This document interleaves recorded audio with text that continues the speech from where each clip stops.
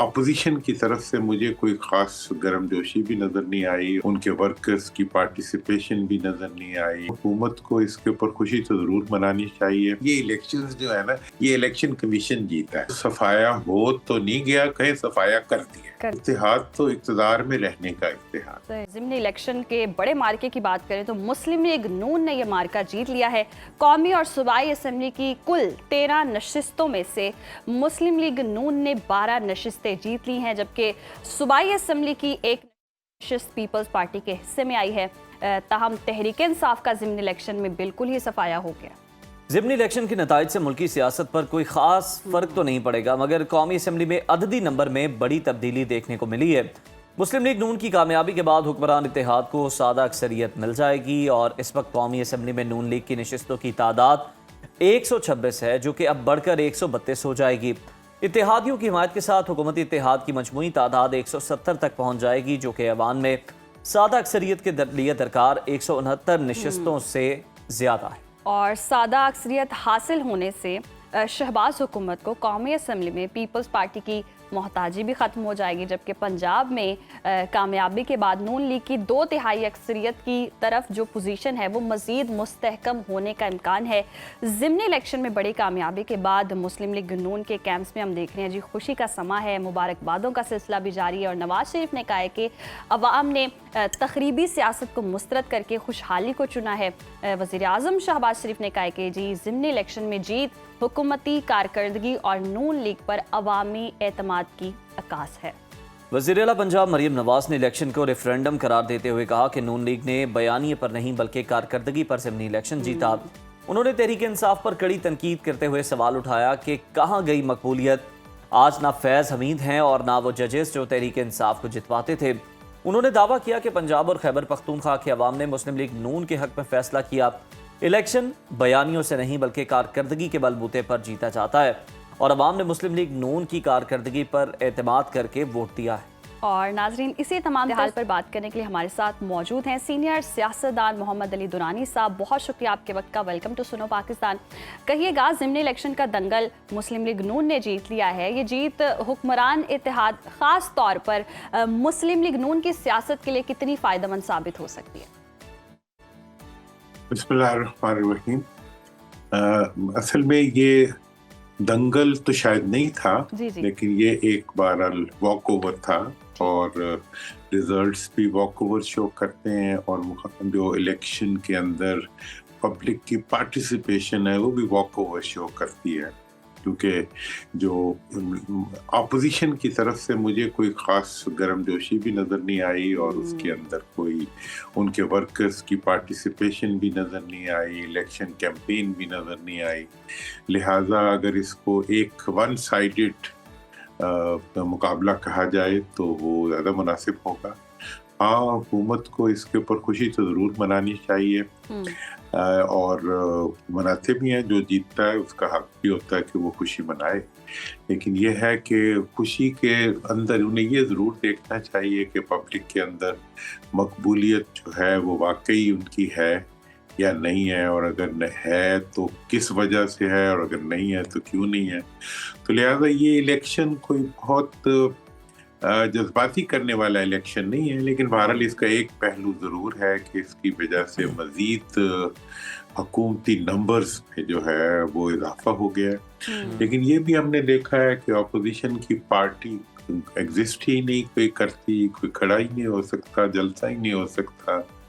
27ویں 26ویں اور 27ویں ترامیم بھی ہو چکی ہیں، اس کے بعد تو بس جو کچھ ہے وہ ٹھیک ہے۔ دورانی صاحب، آپ کہہ رہے ہیں کہ یہ دیکھنا ہے کہ کس بنیاد پر، تو وزیر اعلیٰ پنجاب مریم نواز تو یہ کہہ رہی ہیں کہ یہ بیانیے پر نہیں ہے بلکہ کارکردگی کی بنیاد پر ہمیں ووٹ ملا ہے، اور تحریک انصاف جو ہے وہ دھاندلی کے الزامات لگا رہی ہے۔ آپ سمجھتے ہیں کہ مسلم لیگ نون کا دعویٰ درست ہے کہ کارکردگی اتنی زبردست ہے وفاق میں بھی پنجاب میں بھی کہ اس بنیاد پر ووٹ ملے ہیں؟ دیکھیں، وہ جس پارٹی کو یہ کہہ رہے ہیں وہ تو پارٹی الیکشن میں ہی نہیں ہے، اس کو تو الیکشن میں کوئی پارٹیسپیٹ ہی نہیں کرنے دیتا، نہ ان کے کینڈیڈیٹس کھڑے ہو سکتے ہیں، نہ انہوں نے کھڑے کی ہیں۔ تو لہٰذا جو ان کی فتح ہے تو وہ فتح تو ان کی ہے فتح، وہ خوش ہو سکتی ہیں اس پہ ڈیفینیٹلی، لیکن یہ ہے کہ اگر حقیقت کی نظر سے دیکھا جائے، پبلک کی نظر سے دیکھا جائے، تو کوئی اس میں گرم جوشی ماحول کی نظر نہیں آتی، اور اس کامیابی کو حکومت کو اپنی کارکردگی کی کامیابی بھی سمجھنا چاہیے۔ اب کارکردگی کون سی کارکردگی ہے؟ وہ مینجمنٹ کی کارکردگی ہے، وہ ترمیموں کی کارکردگی ہے، کو دبانے کی کارکردگی درانی صاحب حکومتی کارکردگی ہے، وہ کہہ رہے ہیں کہ جو ہم نے عوام کی خدمت کی ہے، وہ اگر وہ یہ سوچتے ہیں تو پھر ان کا حق ہے، انہوں نے واقعی خدمت تو وہ کر ہی رہے ہوں گے اور اس پہ خوش بھی ہوں گے۔ یا محمد علی درانی صاحب آپ یہ کہنا چاہ رہے ہیں وہ کلاس میں ایک ہی بچہ ہوتا ہے صرف اور وہی فرسٹ آ جاتا ہے، ایسی صورتحال ہے؟ ہاں، میرا تو خیال ہے اصل میں تو یہ الیکشنز جو ہے نا، یہ الیکشن کمیشن جیتا ہے، ٹھیک ہے نا جی، پارٹی تو بعد میں جیتے گی کوئی، تو یہ الیکشن کمیشن 2004 سے جیتا آ رہا ہے، 8 فروری سے شروع ہوا ہے، ابھی تک جیتتا جا رہا ہے، تو آگے بھی، لیکن اس سے یہ بھی ایک توقع پیدا ہو جاتی ہے شاید آگے بھی ایسا ہی سلسلہ جاری رہے تو پھر حکومت کو اپنی بات صحیح لگ رہی ہوگی۔ لیکن میں سمجھتا ہوں حکومت میں میاں صاحب ہو گئے، باقی جیسے مریم بی بی ہیں اور باقی یہ جو ہیں بڑے بڑے سیزنڈ پولیٹیشینز ہیں، ان کو تھوڑا سا حقیقت کے قریب ہو کر اپنے آپ کو بھی ایویلویٹ کرنا چاہیے اور سچویشن کے اوپر کامنٹس کرنے چاہیے کہ جی 5 سے 10% ووٹنگ ریشو کے اوپر جو ہے آپ کتنی خوشی منا سکتے ہیں، اور پھر یہ ہے کہ اپنی ہی جیت کے اوپر آپ اپوزیشن کی غیر موجودگی میں کتنا اس کو سیلیبریٹ کر سکتے ہیں۔ وہ اگر یہی کارکردگی کی وجہ سے اتنے لوگ آئے ہیں تو یہ بھی بہت بڑا سوالیہ نشان ہے۔ میں سمجھتا ہوں کہ اس وقت اب سوشل میڈیا کا دور ہے اور ایک اویئرنیس ہے پبلک کے اندر، تو اس وقت حکومت کو بڑی احتیاط سے اپنے آپ کو اسیس کرنا چاہیے اور عوام کے جذبات کے بارے میں، عوام کی مشکلات کے بارے میں ریئلائزیشن زیادہ ہونی چاہیے، بالکل ریئلائزیشن ہونی چاہیے سر، اور عوام دے سیریس ہی نہیں لیا لگتا درانی صاحب، جس طرح آپ سے کہہ رہے ہیں کہ آپ کہہ رہے ہیں کہ 5 سے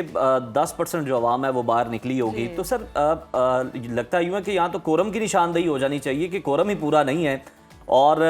اگر دیکھا جائے تو جو جیتنے والے ہیں اور جو ہارنے والے ہیں ان کے ووٹوں کو ملائیں تو آپ کو لگتا ہے کہ وہ 5-10% بنتا ہے؟ وہی نا، اتنے بہت لو بنتا ہے جی، اس سے بھی لو بنتا ہے، اور میں تو یہ سمجھتا ہوں کہ جی اسی لیے ہم نے تو بہرحال سیاست میں یہی سیکھا ہے کہ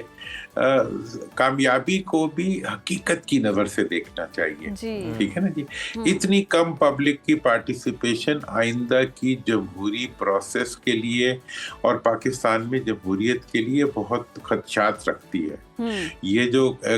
پبلک کا